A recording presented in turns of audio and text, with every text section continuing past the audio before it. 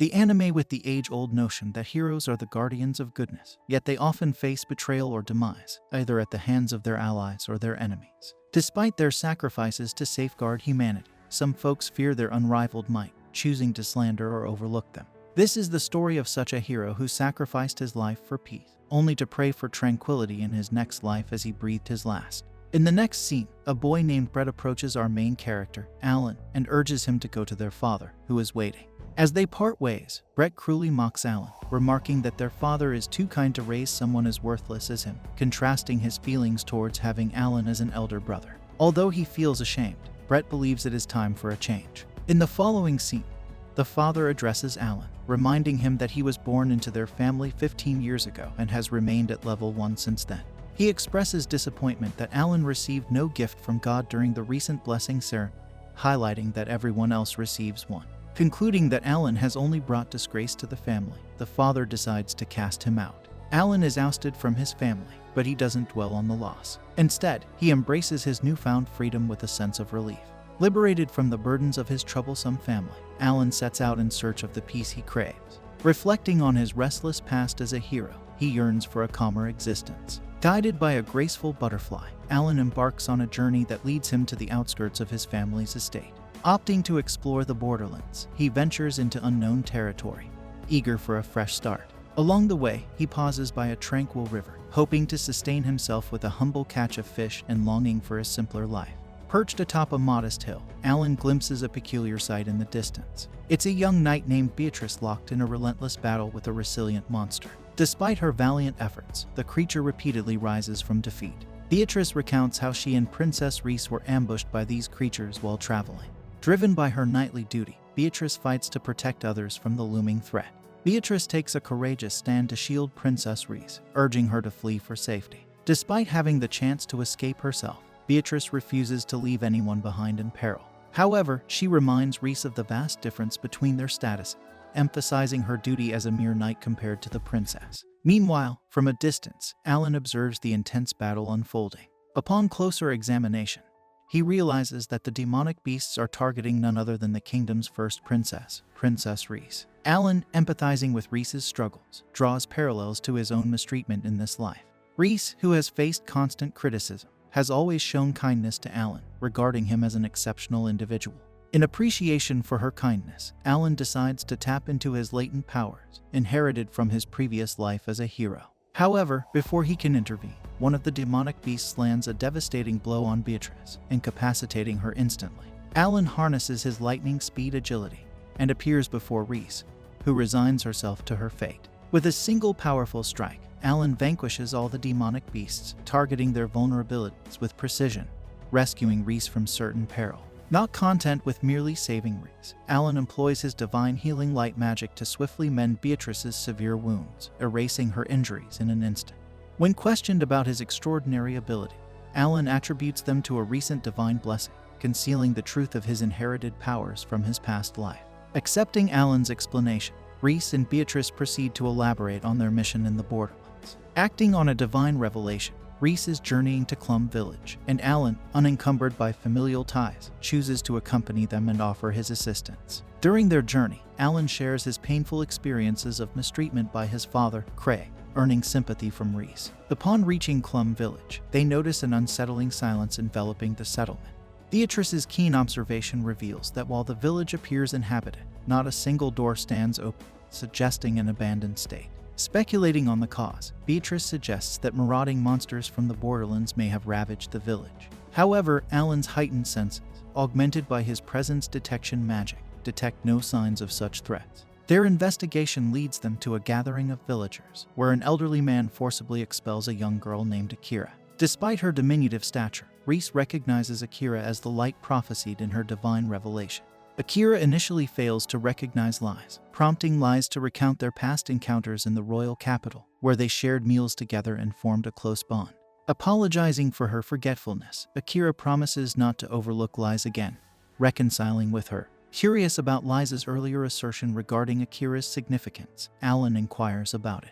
Lies explains the concept of a special blessing called Braver, which endows its recipient with the strength of 1,000 warriors, essentially making them a hero. As Akira possesses this unique gift, she is deemed the hero of their generation. Lies, inspired by a divine revelation urging her to guide the light away from darkness, interprets this message as her duty to stand alongside the world's hero, explaining her presence in the borderlands. Gathering at a nearby bar for lunch, Akira elaborates on her mission to slay a dragon. She recounts encountering a frightened young girl on the nearby road who pleaded for her assistance, claiming the villagers intended to sacrifice her to the dragon. Determined to investigate the situation, Akira embarked on her quest. Furthermore, when Akira is expelled from the village chief's house and encounters Alan's group, it becomes clear to Alan that the villagers intend to offer the young girl as a sacrifice to the dragon to gain its protection. He recognizes the desperation of the villagers resorting to such a cruel act to fend off monsters. Despite this, Alan intervenes to prevent Akira from slaying the dragon, understanding that such an action would only exacerbate the villagers' plight. Nevertheless, Akira opts to aid the young girl instead of appeasing the heartless villagers, and both Lies and Beatrice join her cause. Deciding to accompany them, Alan acknowledges that he has nothing better to do with his mundane existence. He expresses his belief that he cannot idly stand by while his dear friends are in danger. As the group approaches the mountain where the dragon supposedly dwells, Akira halts them to devise a strategic plan before engaging in battle. First, Akira settles onto the ground, encouraging the group to brainstorm ideas for defeating the dragon. Each person contributes their own plan, with one suggesting they approach the mountain peak via the main road while the others flank from behind. Alan volunteers to join Akira on the front lines, offering his strength to assist her. However, Akira declines his offer, suspecting that Alan would overshadow her efforts and monopolize the victory. Alan is surprised by Akira's keen insight into his character, considering their brief acquaintance. Akira explains that she can discern an unusual aura emanating from Alan, revealing his concealed power. Excited by this revelation, Akira proposes a sparring match with Alan after they deal with the dragon. With the plan in place, Akira departs first with a confident smile, exuding determination to confront the dragon alone. Meanwhile, Alan, Lies, and Beatrice chart their own course to the mountain peak, scaling large boulders to avoid detection by the dragon. As Akira faces off against the towering red dragon, Alan deduces that the villagers were coerced by his father, Duke Craig of Westfeld, into offering their children as sacrifices. Alan suspects that the Duke is leveraging the dragon's power through these sacrifices, explaining why the kingdom's royal knights haven't subdued the beast. Akira initiates the battle by unleashing a powerful lightning strike spell on the dragon, but to her dismay, it fails to inflict any harm.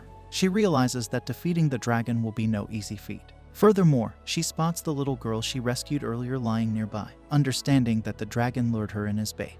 Disappointed by Akira's feeble attempt, the dragon scoffs at the notion that such a weak hero could be revered in this world. Akira faces the grim reality of her impending demise, recognizing the vast power gap between her and the formidable dragon. However, Alan refuses to stand idly by and watch her fall victim to the poorly rendered creature. With a single swift strike of his sword, he effortlessly brings down the dragon, showcasing the ease with which he wields his ultimate skill. As the battle concludes and the dragon's immortal life is extinguished by Alan's decisive blow, his sword shatters, symbolizing the shattered dream of a peaceful existence. Yet, he finds solace in the companionship of his newfound friends, realizing that their support transcends mere admiration for his strength. Upon waking up beside Reese, Alan apologizes for oversleeping, attributing it to the exhaustion from their encounter with the dragon. Curious about the well-being of the other girls, Alan learns that they are engaged in vigorous training, brimming with energy and determination. Moved by Reese's selfless acts of healing, Alan recalls the tales of a traveling healer renowned for her saintly deeds, realizing that the rumors surrounding her closely resemble Reese's own actions. Despite feeling remorse for not sharing this aspect of her life, Reese is comforted by Alan's understanding and support, reaffirming their bond regardless of her title or reputation. Touched by Alan's heartfelt words, Reese's spirits are lifted, and she expresses her profound gratitude. Encouraged by the camaraderie and warmth among them, one of the girls invites Alan to spar with her, prompting him to join them eagerly. The scene transitions to Alan bidding farewell to Akira, who requests to accompany them to the nearest village. Akira expresses her aversion to carriages, preferring to walk, while the little girl embraces her tightly, seeking reassurance from Reese if she's certain about taking care of her. Explaining her attachment to the girl and her desire to accompany her on the journey, Akira reveals the girl's lack of family and reluctance to return to the village. Apologizing for her sword, Akira receives assurance from Alan that its breakage wasn't her fault. He acknowledges her vital role in defeating the dragon and emphasizes that her unique sword belongs with her. Alan declares Akira as the true hero for the little girl, and credits her indispensable contribution to their victory. Accepting Alan's words, Akira departs with the little girl, bidding farewell to Alan and his companion. Meanwhile, at the palace, Craig discusses the defeat of the Red Dragon King, revealing their plan to lure and eliminate the heroine. Angered by the Saint's interference, Craig's assistant informs him of the Saint's assistance to the girl, further frustrating Craig.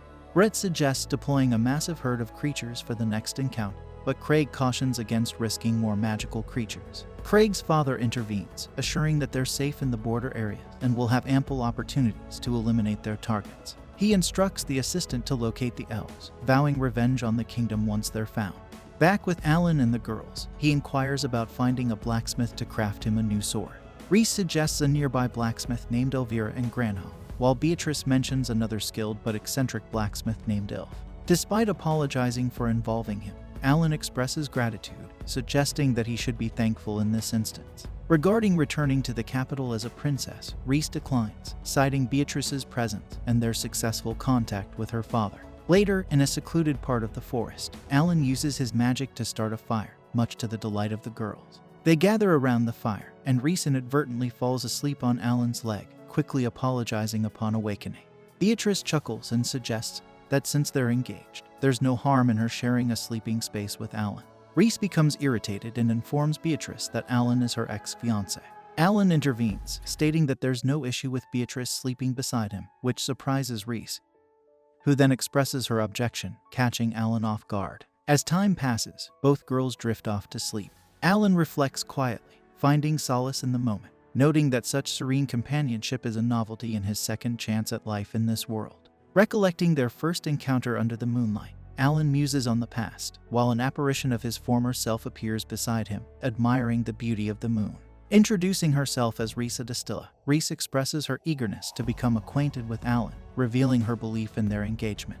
Alan, taken aback by this revelation, is brought back to reality, pondering that perhaps this tranquil interlude resembles the peace he once yearned for. The scene shifts to morning in Granholm town, bustling with activity in the market square. Alan observes the liveliness of the town, which surprises him given its border location. Beatrice explains that adventurers and wanderers often converge there due to its strategic position. Arriving at the blacksmith's abode, Reese expresses confidence in the blacksmith's ability to forge a perfect sword for Alan. Beatrice finds it peculiar that amidst the typically audible clanging of swords, this particular blacksmith remains secluded, solely focused on her craft. Approaching the door, Alan discovers it open and leads the group inside, where they find an array of formidable weapons. Impressed, Alan remarks on the superior quality of these weapons compared to his own broken sword. Suddenly, they hear Reese scream, and they rush to her side to find Noel collapsed on the ground. Beatrice holds her, explaining that this is a common occurrence. Noel often exhausts herself from overwork and falls asleep. They watch as Reese employs her healing magic to rouse her, prompting Alan to inquire if she uses magic every time to alleviate her fatigue. Reese confirms, admitting that she had forgotten about it due to the long interval since she last used her magic. Beatrice adds that when Noel undertakes the creation of a new sword, she becomes so absorbed in her work that she neglects eating and drinking until the task is complete. Once Noel awakens and notices Reese and Beatrice, whom she hasn't seen in a while, she inquires about the boy, Alan. Beatrice elucidates that he serves as a personal guard for Reese-sama and is known as Alan.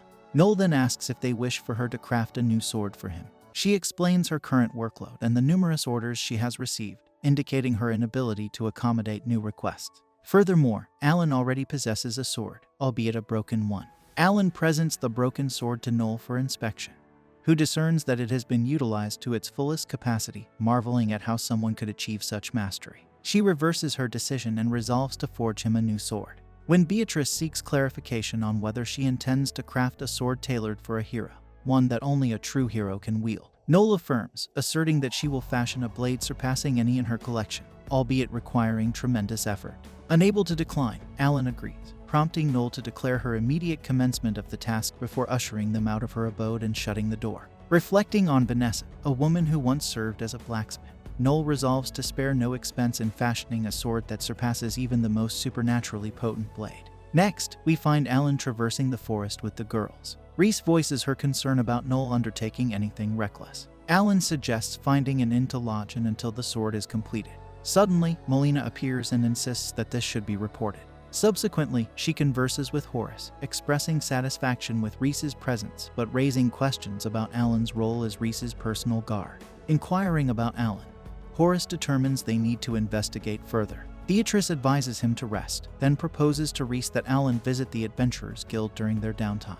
There, he could potentially sell the materials procured from the dragon for a substantial sum.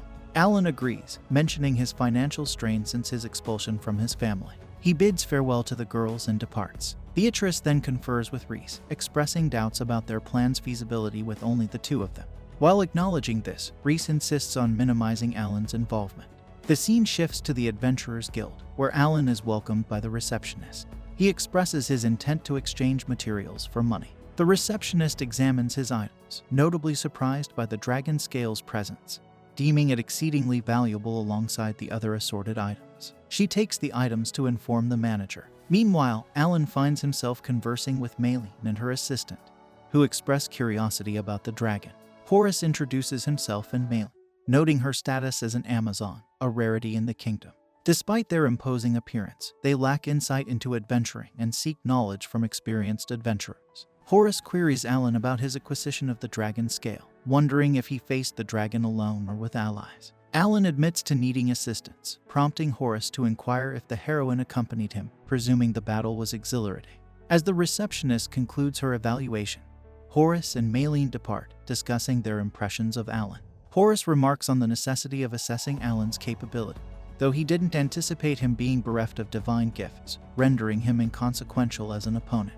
Noel's expression shifts to one of astonishment upon seeing Horace, but she quickly returns her focus elsewhere. Meanwhile, Horace instructs Maylene to shadow Alan discreetly, emphasizing the importance of secrecy to avoid potential complication.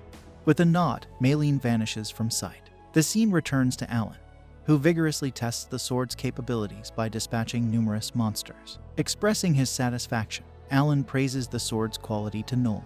Taking the sword in hand, Noel channels her magical prowess, augmenting its strength and sharpness beyond the ordinary eye's perception. She discerns the sword's condition intricately, and enhances its speed and precision through her magic. Impressed by Alan's skill in wielding the sword without a scratch, she suggests challenging stronger adversary. Leading Alan deeper into the forest as night descends, they find their campfire still burning brightly. Noel remarks on the unusual absence of monsters, speculating that they might have fled in fear of confronting Alan. However, Noel's anxiety surfaces as she recalls her mentor Vanessa's advice to flee upon encountering formidable adversary. Encouraging Alan, she urges him to awaken a slumbering monster and engage it with his sword, her voice resounding in the forest. Now we go back to Noel's past, where she attempts to get Vanessa's attention while the blacksmith is engrossed in her work. Noel expresses her hunger, which visibly annoys Vanessa, who hopes her frown will deter the elf. However, hours pass, and Vanessa continues working diligently, while Noel manages to find something to eat. Noel approaches Vanessa, curious about how she uses various tools, but Vanessa remains silent. Feeling ignored, Noel misbehaves by attempting to lift a heavy sword, causing her to lose balance and knock over items on a nearby shelf. Despite the commotion, Noel still fails to capture Vanessa's attention and decides to retreat, returning to sit near the door. Expressing her frustration, Noel questions the appeal of hammering on a sword all day, especially when it leads to feeling sick from lack of food and water. Realizing she won't get a response from a distance, Noel repeatedly approaches Vanessa, calling her names for not responding, but even this approach proves ineffective. The following day, Noel finds herself sleeping anywhere in the house while Vanessa continues hammering away at her work. Suddenly, Vanessa pauses her work and proudly showcases the sword she has forged, lifting it with a smile while Noel observes with curiosity. Returning to the present moment, Noel insists that Alan should slay the beast, but he argues he lacks a reason to do so since the wolf is peacefully sleeping in its corner, away from humans. Alan refuses to take on Noel's quest for vengeance, prompting her to take the boy's sword to seek justice herself. However, Alan cautions her against it, explaining that the creature, Fenrir, possesses a barrier that nullifies any attack below a certain level. He points out that her current sword wouldn't even scratch the monster, reminding Noel that she knows this as she has yet to create a weapon stronger than the sacred sword. With that, Alan leaves the decision in Noel's hands. Upon returning to the lodging, Alan informs the rest of the group about the giant beast in the border region. He suspects someone brought Fenrir to this territory, as the animal was concealed by some kind of magic. Alan has a hunch about the reason behind this development. Before proceeding, Alan inquires whether Lies and Beatrice have disclosed their true mission, making the girls realize they can't keep anything from him. Stalleyes explains that approximately 3 months ago, General Sear, a renowned figure in the kingdom, was murdered, with the perpetrator taking the general's head. Despite numerous attempts using spells to uncover the motive, it remains a mystery to this day. There are suspicions that the culprit may be a demon, given their use of magic unfamiliar to humans. However, demons are not known for targeting humans or being involved in political matters directly, suggesting they might be acting under someone else's command. Due to these circumstances, Lies and Beatrice were investigating this case in the city. After contemplating the situation, Alan believes he has a suspect in mind. Meanwhile, at the border, Mylene ponders who could have undone the camouflage on Femur, realizing it's not a simple task. This leads her to conclude that she might be facing a more formidable adversary than Horace realizes. When she returns to report to her boss, Horace informs her that he will soon take action since his time in the city is limited, instructing Mylene to bring the heads of the elves and the saints. Seeing Mylene's apparent fear, Horace questions how someone as feared as her can be so sensitive. When a magical subordination collar appears on Mylene, Horace makes it clear that he won't accept a refusal. Meanwhile, Noel is busy crafting new weapons and recalls Alan mentioning that depending on how his sword is refined, it might one day be able to harm a Fenrir. Noel asks Alan to share all he knows about it, with Alan agreeing and advising her not to act recklessly with the information he's about to provide. Determined to surpass the sacred sword someday, Noel's exhaustion causes her to drift into sleep once again. In her dream, she relives the horrifying moment when the Fenrir attacked her home, trapping her under falling debris. As Vanessa tries to fend off the Fenrir, Horace acknowledges her skill as a blacksmith, but expresses concern over anyone being able to craft weapons superior to the sacred sword. Vanessa boldly confronts the wolf, but its magical shield shatters her sword, leaving her vulnerable. As the Fenrir turns its attention to Noel, Akira intervenes, launching a lightning bolt at the creature. However, the magic proves ineffective, prompting Akira to engage in direct combat, managing to wound the Fenrir and drive it away. With the enemy gone, Noel mourns Vanessa's sacrifice while Akira urges her to tend to her wounds. Noel questions why Akira's sword could harm the wolf while Vanessa's couldn't. Overwhelmed with grief, Noel clings to the sword her master painstakingly crafted, grieving her loss. At dawn, Noel awakens feeling oddly light and hears a noise outside, initially mistaking it for Lee's presence.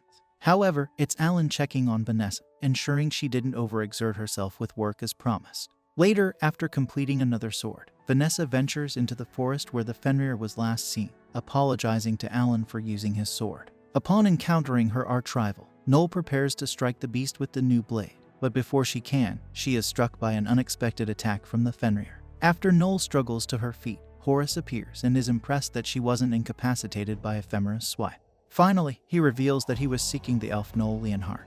Noel asks if Horace intends to kill her like he did with Vanessa. Upon hearing Vanessa's name, Horace scratches his chin, recalling that this elf was associated with the dwarf blacksmith. Believing the deaths of the master and apprentice by Ephemera to be a twist of fate, Horace suggests that such extraordinary talent as Noel's would be wasted in Fenrir's stomach. He mentions the Grom Vision, an innate gift known as the Eyes of the Sovereign Fairy, of which there are only 5 known in the world. Despite Noel's efforts to prevent her fate, when she charges at the wolf, he leaps over her and strikes her back with his hind paw. Before the elf is devoured, Horace asks one last thing, if she would serve him. He promises to reward her, similar to how he does with his subordinate Amazon, who he took away to serve him after destroying her homeland. Confronted with this situation, Noel firmly declares that she would rather die than serve Horace. Displeased with her decision, Horace orders the giant wolf to attack her, but before the final blow, Alan arrives and saves Noel's life. Witnessing Alan's capability, Horace admits underestimating him but criticizes Alan for leaving his main post, as it could endanger Princess Lies. Meanwhile, Mylene is already inside Lies and Beatrice's room. But as she approaches Liza's bed, she finds only a tied mattress. Lies and Beatrice were prepared for Mylene's arrival and are waiting hidden. Alan mocks the enemy's arrogance for not considering Mylene's discovery, as he had placed a barrier around Lies to nullify invisibility. Horace finds Alan's mention of his supposed past life amusing, but knows that even with Mylene exposed, it doesn't guarantee Beatrice's victory over her. In the inn room, the two warriors fight fiercely over the princess's life. Just as Beatrice is about to unleash her full strength against her opponent, Lies intervenes and implores her to stop immediately. This distraction allows the Amazon to seize the opportunity and strike her opponent with her elbow, knocking her unconscious. With her adversary incapacitated, Marlene sees an opportunity to eliminate the princess, but hesitates, giving Beatrice enough time to rescue her friend. Observing the battle from a distance, Alan realizes that the two warriors don't need assistance and informs Horace that his attempt to execute the princess has failed. Despite this setback, Horace remains confident, knowing that Fenrir cannot be harmed without his sacred sword. He commands the wolf to attack the defiant boy, but Alan effortlessly creates an opening in the monster's body, causing Horace to retreat in fear. Alan then carries the unconscious Noel back home, taking advantage of her state after being healed and exhausted from forging all night. Liz rushes to check on her friend's well-being, relieved to find that everyone is safe. However, Noel is displeased upon waking up and discovering that Alan had carried her without her consent. The following day, they confirm that Mylene is no longer under Horace's control, so she should be able to speak freely. Beatrice suggests taking her to an official trial in the capital, but Liz disagrees, believing that Mylene isn't inherently evil and prefers to find a peaceful resolution. Despite objections that Mylene attempted to harm a princess, Liz argues it wasn't her intention. She also speculates that Mylene may have someone waiting for her among her people, but the Amazon reveals her homeland was destroyed, leaving her with nowhere to go and no one to turn to. This triggers Noel's memory of being rescued by Vanessa, and prompts the dwarf blacksmith to offer Mylene shelter in her home. In a gesture of empathy, Noel cuts Mylene's bonds and invites her to stay with her. Beatrice expresses concern that Mylene may pose a threat to Liz, but Noel trusts her instincts and believes Mylene won't harm them. Mylene is deeply moved by this unexpected kindness and begins to cry. Beatrice realizes she may have been too harsh on Mylene, but seeing her cry tears of joy, she understands that everything is okay now. Alan, recognizing that today's problem is resolved, ventures alone into the forest in the middle of the night and casts a powerful spell. Meanwhile, Horace is relieved to be far away from any danger, pondering over the identity of the exceptionally skilled boy. Unbeknownst to him, Alan targets him with a spell, creating a rift that summons a ghastly creature to his location. Just as Alan arrives to inquire about certain matters, the creature claims to have eliminated Horace to prevent any information leakage. The Duke of Westfeld agrees with the creature's actions, attributing the blame to the demons and expressing disdain for their deceptive tactics. His son echoes this sentiment, suggesting that the demons staged the ordeal to avoid harming the saint or the elf, revealing their true nature. In response, the demon intimidates the boy, who asserts his capability to handle the princess and the elf. Despite the demon's insistence on taking care of the archbishop's hero, his son insists on accompanying his father, confident in his abilities unlike his brother. We flash back to a moment from Lisa's childhood when she was being escorted in her carriage along a treacherous path. Suddenly, the carriage shakes violently, causing Lisa's uncle to grasp onto her tightly to protect her from harm. Outside, the soldiers shout warnings of monster attacks, prompting the protective knight to ask Lisa to stay inside while he joins the allies in battle. To Lisa's dismay, the warriors are losing against the winged creatures, and one of them manages to reach her carriage. Thankfully, her uncle intervenes just in time to prevent a disaster. However, the monster retaliates and seriously injures the knight, lifting him into the air. Despite being injured, the knight manages to impale the monster with his sword, and they both fall into a ravine. Returning to the present, the heroes stroll through a peaceful village where they pause their investigation to inquire about an upcoming festival from some men assembling a structure. One of the workers informs them that the Spirits Festival is approaching, an annual event where they honor their ancestors' spirits. As the outsiders appear apprehensive, another local man clarifies that it's a customary practice in their village. He explains that it's simply a festive occasion where they dress up as spirits and engage in lively dancing.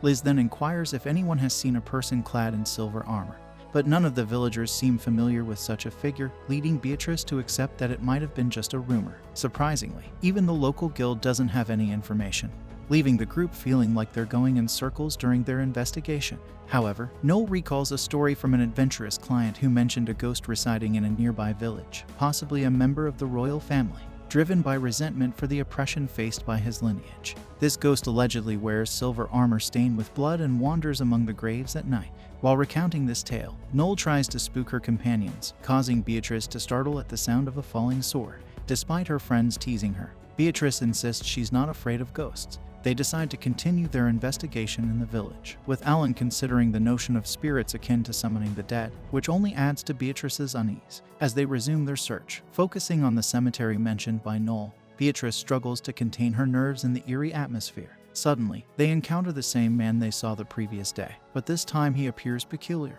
Nevertheless, he guides them to the village leader's residence, claiming that the leader will have more information about the village's affairs. Alan questions the man's presence in the cemetery, to which he responds that he was simply wandering and happened upon the group by chance before taking his leave. Shortly afterward, inside the house, the village leader assures them that it's typically a peaceful place and he himself has never heard any rumors about spirits or the like.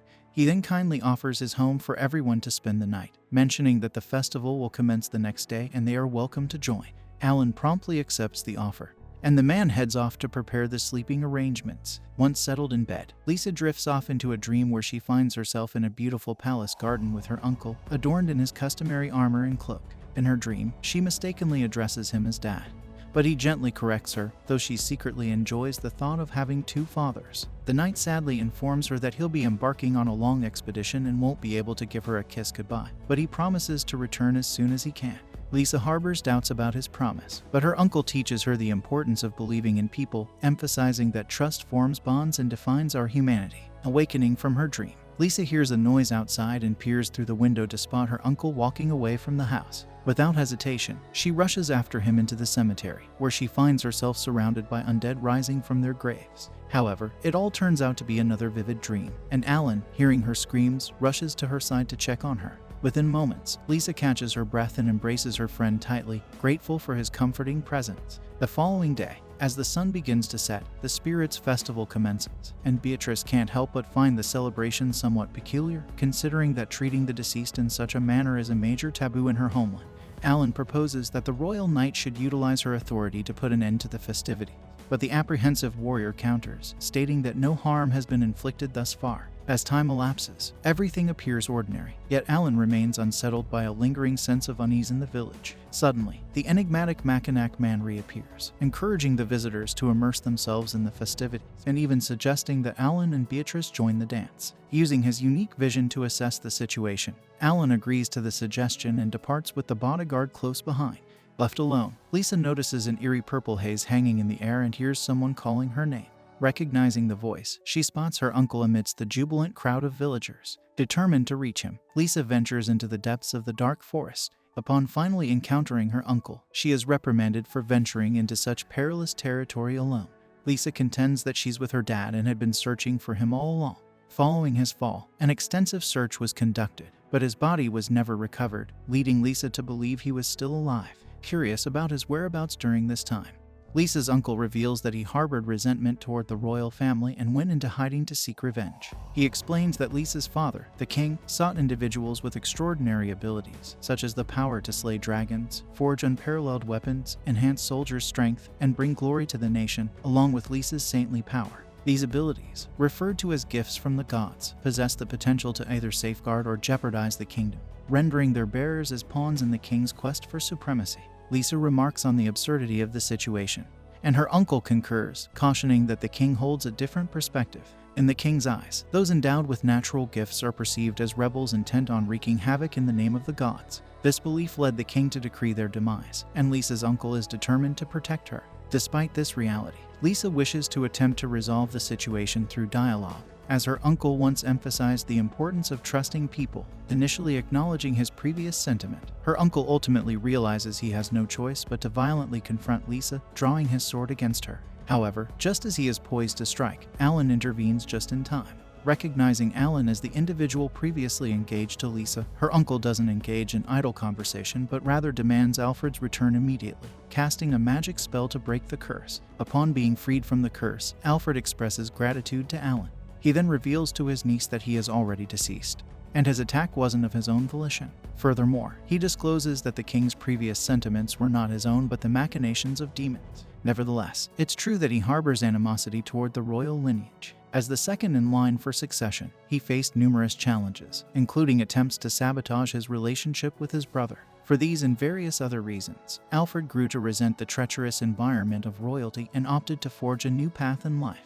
Despite achieving success, such as attaining the position of vice captain of the First Order of Knights, he found true peace only in Lisa's presence. Having revealed the entire truth, Alfred acknowledges that his time is running short. He entrusts Alan with the care of his beloved niece, noting her occasional recklessness despite her goodness. Additionally, Alfred expresses his desire to challenge Alan to a duel, recognizing that Alan will soon become the guardian of his most cherished treasure and wanting to ascertain the young man's worthiness. Thus, Alfred initiates the duel not as a mere corpse, but as a man, a knight, and a father. Although Alan does not hold back, the duel appears evenly matched from the outset.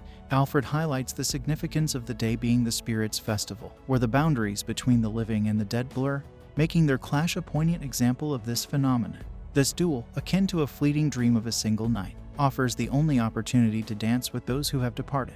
Despite the amicable nature of the duel, Lisa becomes visibly anxious, especially as she recalls a past event where she implored Alfred to protect her from menacing monsters. In response, Alfred assured her of his protection, albeit with a jest about his commitment lasting only until someone stronger came along. Returning to the present, Lisa finally bids farewell to her uncle, who takes the opportunity to apologize for leaving her in such a manner. He assures her of his well-being, finding solace in knowing that she was a true daughter to him. The joy he felt when she called him father was difficult for him to conceal, a testament to the depth of their bond. At last, Lisa grasps her stepfather's hand tightly and expresses her love for him as Alfred bids his final farewell. With the conclusion of the festival, Alan quietly surveys the village surroundings. When the local leader queries when Alan became aware of the truth, Alan reveals that he had long known that the town harbored many deceased souls under the leader's control. Yet, Alan chose not to intervene, recognizing that despite the coexistence of the living and the dead, the village remained tranquil. The elder presses whether peace can truly exist under the governance of a demon, but Alan refuses to oversimplify by categorizing all demons as inherently malevolent. Nevertheless, the elder's actions align closely with the stereotype, prompting Alan to hope that the human knight will become a valuable asset in his collection. As the demon pits his undead minions against Alan, the young man severs the threads binding the zombies to the village leader's control. With a swift and decisive strike, Alan dispatches all adversaries before him and retrieves the blue stone dropped by the elder. This forces the demon, who serves the ducal family of Westfeld, to acknowledge another failure, much to Brett's frustration. Brett's father admonishes him, asserting that allowing a young girl to escape won't impede their plans. Brett concurs, having fulfilled his role by procuring the Archbishop's head. The following day, as Lisa appears shaken, Beatrice reassures her of her unwavering support. Examining the blue stone, Alan discerns his brother Brett's influence within it.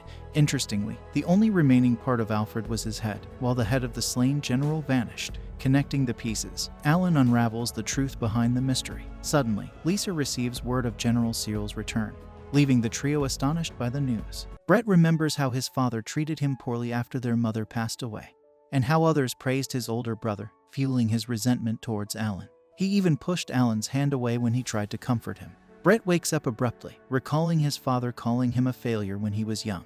After preparing himself, he approaches his father, but is met with a chilling laugh from the Duke, who is burning a report. His father reveals their plan for revenge against the kingdom and the gods, believing himself to be the rightful ruler. Meanwhile, Captain Edward and Vice Clark patrol the capital, noticing rumors of Cyril's return spreading.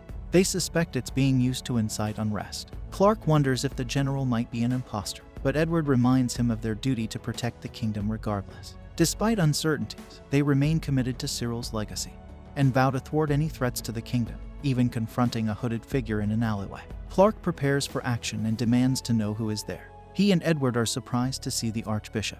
Edward questions why the clergyman is in such a shady place without an escort. The Archbishop cryptically states that he has something to tell only Edward and asks him to follow.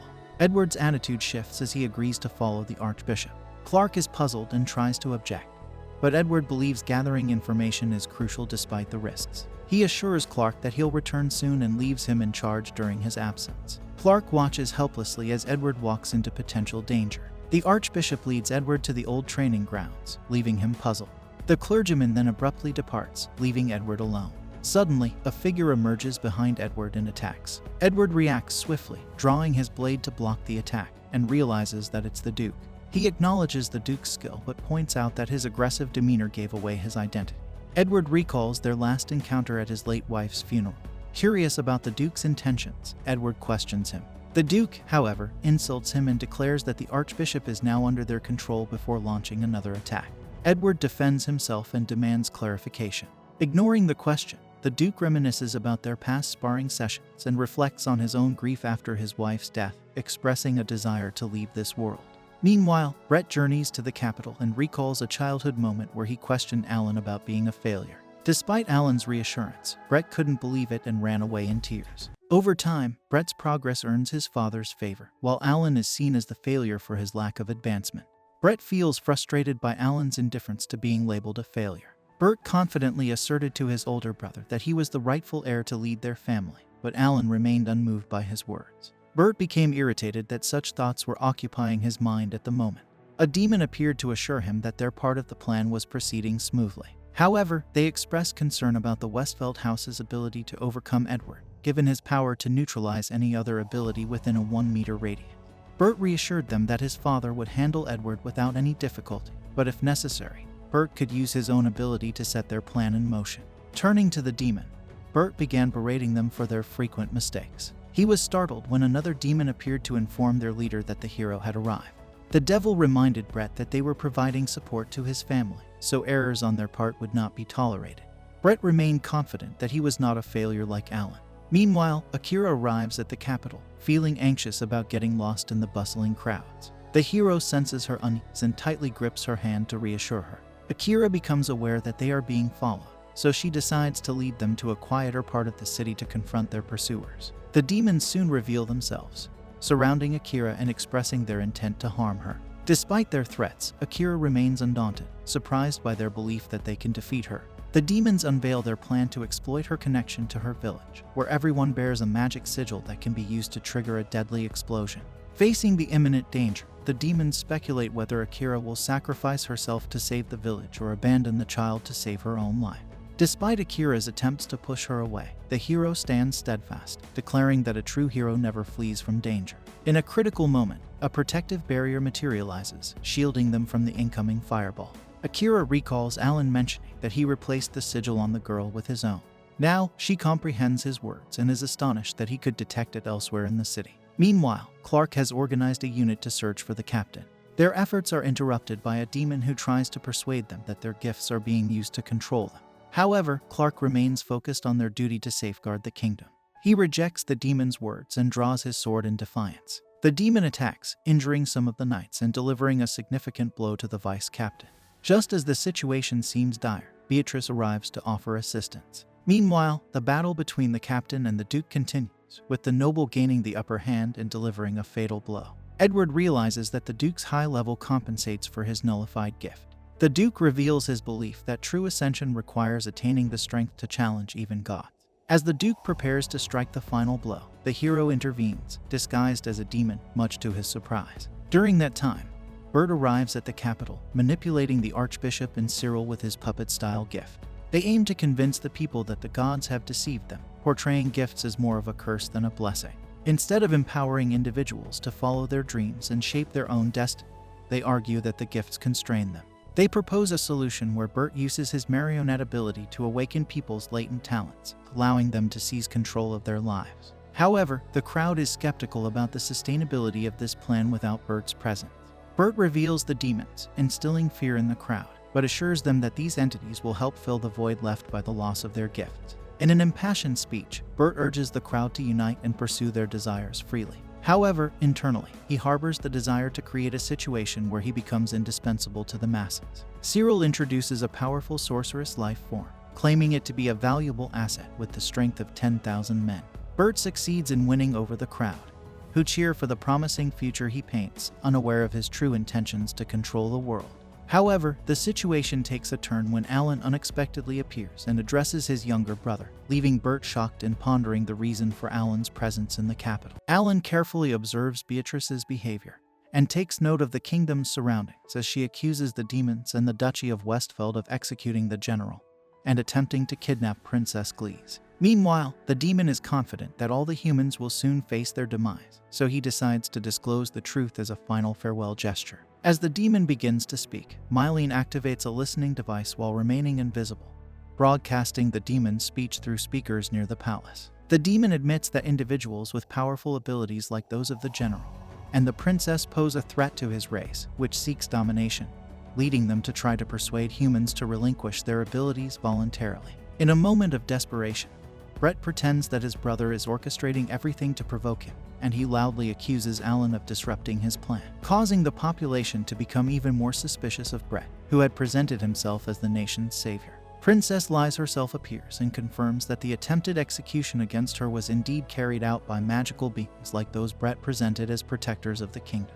With no more room for deception, Brett laughs and asserts that Alan has interfered where he wasn't needed.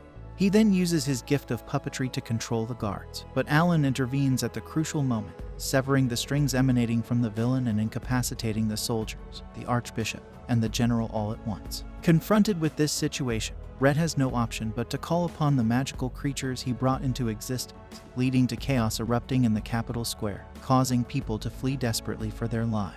Witnessing the catastrophe unfolding around him, Alan feels a sense of responsibility, partly blaming himself for not being able to prevent this tragedy by taking better care of his brother. However, he also recalls vividly that it was Brett himself who rejected Alan's efforts to help him when there was still time. In this moment, Brett attempts to use his magical strings to control his brother, but Alan redirects the strings toward himself and lands a punch on Brett, who was caught off guard by the sudden impulse, leaving him stunned. Meanwhile, Lies provides comfort to a lost little girl amidst the chaos, while Alan resolves to address one more unresolved matter. Lies questions whether it will be too painful for Alan to handle, triggering a painful memory in the boy of his father belittling him, insinuating that he was a failure. Despite this, Alan asserts that he will manage, showing resilience in the face of adversity. Meanwhile, Beatrice and Mylene bravely engage in battle with the demon, utilizing their invisibility to try to level the playing field. The demon recognizes Mylene as the girl Horus created, but Beatrice corrects him, stating that Mylene is now a loyal ally of Adestella. Regardless, the demon realizes that if the other warrior present is as formidable as Beatrice, it would be wise to flee. Consequently, the entity opens a portal to escape, but Mylene swiftly throws a precise knife, disrupting the demon's attempt. Beatrice then drives her sword into the demon's chest, ultimately defeating him. Following the conflict, Clark expresses his desire to ask the princess of the bodyguard many questions and bows to thank her for her assistance. Beatrice is pleased with the reunion but emphasizes that there is no time for nostalgia, as demons are attacking various points in the capital, instilling terror in the helpless population. In response, the first squadron of knights rises once more to fulfill their role as the kingdom's shield and protect its people, until a familiar blacksmith arrives. Equipping weapons to bolster the defense forces, Clark and his soldiers express gratitude for the efforts of the elf Noel, who provided everything she could to arm the resistance soldiers. Meanwhile, Acura marvels at the supernatural movements of the opponent, who seems to anticipate their actions. Edward explains that Craig Westfelt uses his gift, the funeral agent, to see the future and predict the attacks he will face. The man's bloodlust prompts the captain of the first squadron to shout that Mariel would never approve of such tactics. This simple statement strikes a chord with Edward, who recalls countless times using his gift to predict Mariel's death and attempting to save her, yet she still met her demise in the end, leaving him feeling powerless. The Duke believes that his wife was merely a pawn in the hands of the cursed gods, destined to be the mother of a hero with the title Holy Mother. However, instead of conceiving a gifted child, she bore a failure. As his grief intensified, Craig cursed the fate imposed on his wife by the gods, driving him to seek solace in destruction to numb the pain. On the contrary, Akira views Craig's behavior as childish and ridicules his inability to accept loss. Acknowledging his fixation on trivial matters, Craig relinquishes his life force to attain diabolic power. Akira attempts to intervene, but Craig's spell incapacitates her. She retaliates with the blue lightning technique, yet Craig's demonic power overwhelms her, hurling her against the wall. Edward warns Duke Westfelt of the dire consequences of embracing such dark power, but Craig's greed consumes him entirely. He engulfs Edward in darkness, plunging him into the depths of his consciousness, where Edward experiences the sorrow and resentment of his old friend. Moved by Edward's plea for forgiveness, Craig momentarily ceases his spell, only to fatally wound him with his sword, bringing him to his demise. Confronted by his actions, Craig descends into madness, declaring that no one can comprehend his inner turmoil. Acker reveals that the man, in his final moments, cherished thoughts of his friend. However, Craig, consumed by his own desires, disregards this sentiment and targets the heroine for death. Just as Craig is about to strike, Alan arrives in time, wielding a magical sword crafted by Noel to intercept the attack. Craig finds it ironic that his own failed son is attempting to thwart him amidst the chaos of war. Although Alan wishes someone else could take his place, he realizes it falls upon him. Despite his efforts, Craig continues to view Alan as an obstacle, launching another spell. However, Alan defends himself with his sword, striking a blow to Craig's pride. Questioning Alan's unexpected defiance, Craig is reminded by Alan that he himself has revealed his true nature. Despite being labeled a failure, Alan acknowledges his duty to protect those who depend on him in the kingdom, honoring his mother's legacy and her desire for peace. Enraged by Alan's mention of Muriel, Craig unleashes a devastating spell, casting Alan into the depths of his own consciousness. Trapped within the darkness, Alan experiences despair, confronting memories of Craig's love for Muriel, a side of his father he never knew. Instead, Alan was met with disdain or indifference from his father, leaving him feeling vulnerable and alone, especially when Brett rejected his offer of help. In the end, he decided to shut himself off from the world, avoiding getting emotionally involved in life's ups and downs. But amidst the darkness, some people reached out to him, showing him that there's still light to be found. With this newfound belief, Alan breaks free from his father's mental grip. Returning to the surface, he unleashes a powerful technique called Demon Slaying Sword, accompanied by 100 flowers blooming, dealing a heavy blow to Craig Westfeld and worsening the bleeding in his eyes. In response, Craig succumbs further to demonic power, losing more of his own identity. This unleashes a storm that covers the kingdom of Adastella. Despite the chaos, Lee tries to keep hope alive among the people, reassuring them that Alan will come to save the capital. Meanwhile, Akira remarks that no ordinary human can defeat what Craig has become. Alan, however, steps up, determined to confront his father. He attacks with a beam of light, aiming to break through the hurricane. But the force of the impact sends him crashing into his father's energy sphere, where Craig seems trapped, perhaps wishing for escape or a swift end. Seeing his father's suffering, Alan realizes they may be more alike than he thought. Both have been trying to escape pain, whether by shutting themselves off or being consumed by anger. Reflecting on his journey, Alan realizes he may have misunderstood things from the beginning. With gratitude, he thanks his father for the lesson, then drives his sword into the ground, bringing his father back from the depths of hatred and returning him to a more humane form. However, as Craig Westfeld begins to disintegrate, a magical butterfly lands on his hand, signaling his departure from the world. In his final moments, Craig acknowledges that his son, despite being deemed a failure, fulfilled his destiny, and he cries out for his eternal love, Muriel. As Craig's ashes are carried away by the butterfly, Alan is offered the title of Duke of Westfeld as a reward. However, he declines, surprising everyone except for one person. The king, along with an advisor, reveals that he foresaw this outcome, recalling how Alan was cherished by his daughter, Liz. He expresses joy that Alan protected both the kingdom and his daughter, Liz. Subsequently, Mylene questions Alan's next move, but Liz arrives, expressing her desire to join her friends on their journey to Granholm. She reveals that she is now Liz Westfeld, and must also oversee her lands. Mylene is taken aback by the news of Liz inheriting the Westfeld lands. Alan, resigned to the situation, comments on the irreversible nature of events. Beatrice, formerly a personal guard of the royal family, is relieved from service due to Liz's departure from the family. Despite her efforts to continue serving the princess, Liz insists on being independent.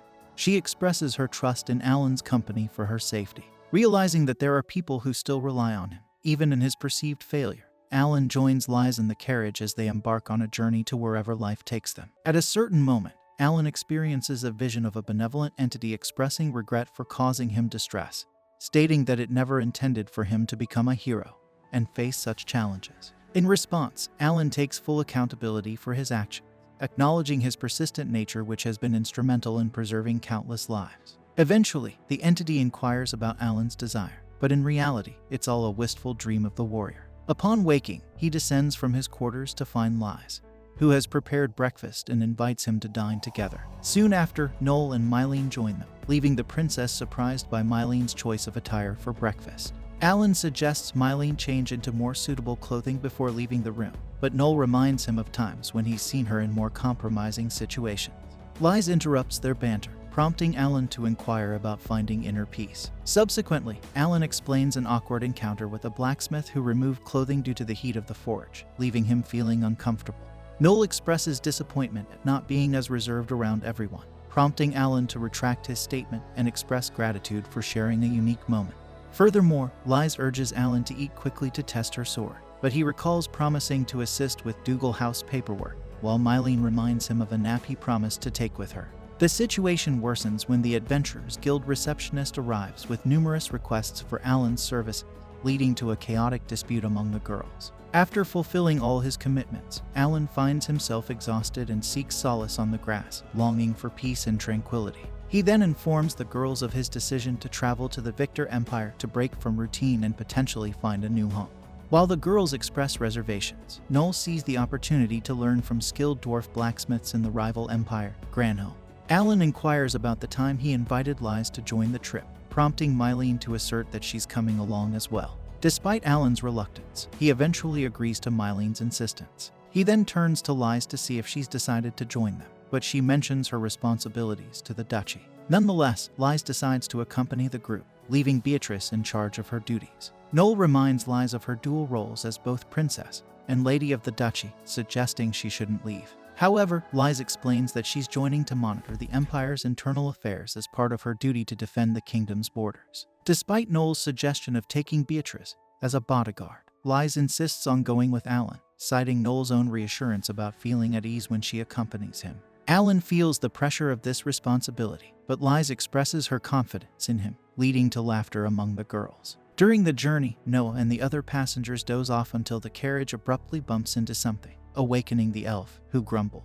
Lies warns about the challenging terrain of mountains and deserts surrounding the Victor Empire, indicating there won't be a comfortable path ahead. At one point during their journey, Alan halts the carriage to alert the others of several sand wolves, known as desert reapers, ahead. Recognizing the threat, Alan swiftly eliminates all the wolves within 7 seconds before resuming the journey without significant issues. However, Alan becomes suspicious, considering the presence of the desert wolves in the area as potentially indicative of manipulation by someone. Later, they reach a bustling city far from the imperial capital. Alan senses tension in the air, noting the excessive presence of guards for a border city. Suddenly, he encounters Henriette, an old friend, and questions her presence there without security. Henriette dismisses his concern and brushes him off, prompting curiosity from Noel about Alan's acquaintance. Lies recalls Henriette's background from the Lindqvist Marquis family. Henriette recognizes Lies and questions her presence in the city as the head of the Duchy of Westville. Lies awkwardly claims to be hanging out with friends, but Henriette sees through the lie and warns of the tense situation in the Empire, advising them to return home. Noel becomes upset, while Alan, feeling he has no home to return to, thanks Henriette for the warning. Henriette mentions the feared Black Wolf Order and its unchecked authority granted by the Empire, urging them to be cautious. With that, she leaves abruptly, leaving the group anxious. Alan, sensing the tension, dashes off suddenly, instructing the girls to count passing cows as a distraction. Alan catches up to Henriette and asks whether she issued the warning as a Marquis daughter or as a disciple of the gods. She responds that in their past life, she dictated his actions as a disciple, but in this world, she's simply Henriette, albeit with a fraction of her former power. Alan wonders how she ended up in this world, and she speculates it's because her fate is to solve problems, advising him to leave as soon as possible if he values her counsel. Realizing she came because she was worried about him, Alan smiles and bids her farewell. Now, he needs to find the girls again, but an explosion grabs his attention. Approaching the scene, he sees a man fleeing with a knife aimed at him, so he tackles the man to the ground. However, a magical circle envelops the man, tearing him apart from within and causing his death, leading Alan to believe it's the work of a demon. Shortly after, a knight arrives, claiming the deceased was suspected of causing the explosion and demands to know what happened. In his defense, Alan states he only defended himself after being attacked but didn't kill the assailant. The knight argues that his story doesn't match the scene, but wants to know how Alan killed the suspect without using his gift. Alan questions how she knows he didn't use it, and she reveals her gift is to see the gifts others have used. She suspects Alan may be a demon because demons possess powers beyond that which she cannot identify.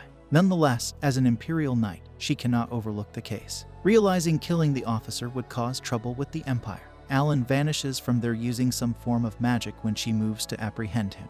Quickly, the woman orders soldiers to close the borders while trying to cover up the incident to avoid worsening the kingdom's situation. Next, it was Mylene who saved her friend using her invisibility and led him to the kingdom's sewers. To his surprise, Henriette was there once again, scolding him for not following her instructions.